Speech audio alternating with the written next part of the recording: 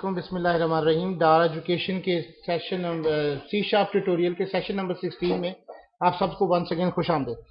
इस लेसन में आज हम ये देखेंगे कि किस तरीके से हम टाइमर जो है वो अपने कंप्यूटर के ऊपर लाइव टाइमर वो ऐड कर सकते हैं, क्योंकि सम टाइम आपकी एप्लीकेशन चल रही होती हैं और इसका टाइम सेल्स के ऊपर या बाकी चीज़ों के ऊपर बहुत बुनियादी फ़र्क होता है कि हम किस टाइम के ऊपर ये ट्रांजैक्शन हेल्ड हुई, किस टाइम पे यूज़र एंटर हुआ या क्या सारी चीज़ें करनी है। सो आप अपनी एप्लीकेशन में वापस आ जाएं और ये आप किसी फॉर्म पे भी लगा सकते हैं। मैं इसको बेसिकली फॉर्म 2 के ऊपर डिज़ाइन कर रहा हूँ।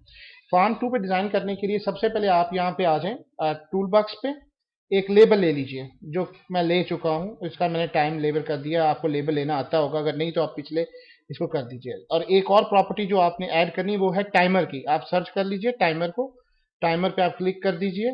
मैंने ऑलरेडी एक टाइमर जो है वो सिलेक्ट कर चुका हूँ, इसलिए मैं इसको डिलीट कर।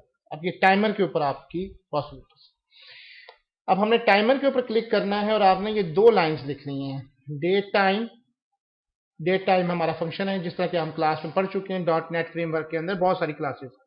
डेट टाइम के बाद आपने डेट टाइम का वेरिएबल बनाया, ये आप कोई भी लिख सकते हैं, डी टी भी ले सकते हैं, D1 भी ले सकते हैं। स्पेस नहीं लेनी, पहला लफ्ज आपने 1 नहीं लेना, न्यूमेरिक नहीं लेना। आपने कुछ इस तरह से जो नेमिंग आपको कानून बताए गए हैं वही आपने फॉलो करने हैं। और फिर आपने लिखना है डेट टाइम डॉट नाउ। अगली आपने प्रॉपर्टी ये लिखनी है कि जो आपने लेबल लिया है, ये लेबल इसका नाम मैंने रखा हुआ है टाइम लेबल। आप भी इसको रख लें, जो भी आपका बेहतर हो। टाइम लेबल के अंदर इसके अंदर ये इसका नाम आपने चूज किया। इसके अंदर हमने जिस तरह से हमें पता है कि किस तरीके से हम टेस्ट देते हैं, सिमिलरली हमने इसको इसकी प्रॉपर्टीज के ऊपर this dot time label dot text लेके इक्वल, और ये जो टाइम टेबल आपने डेट टाइम लिया, date time dot to string.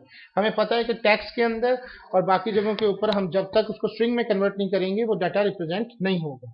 एक काम तो ये करना है, और दूसरा काम आपने ये करना है। अब आप देखते जाएंगे कि हमारा कोड जो है वो बहुत लंबा होता जा रहा है। ये देख रहे हैं आप कि हम कितना उसको लिखते जा रहे हैं, हालांकि हमने बाकी फॉर्म्स बनाए।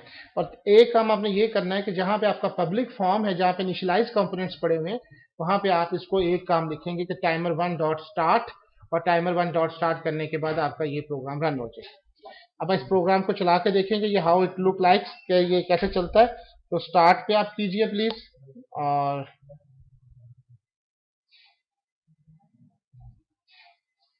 सैफ एंड पाकिस्तान आप इसको लॉग इन कीजिए।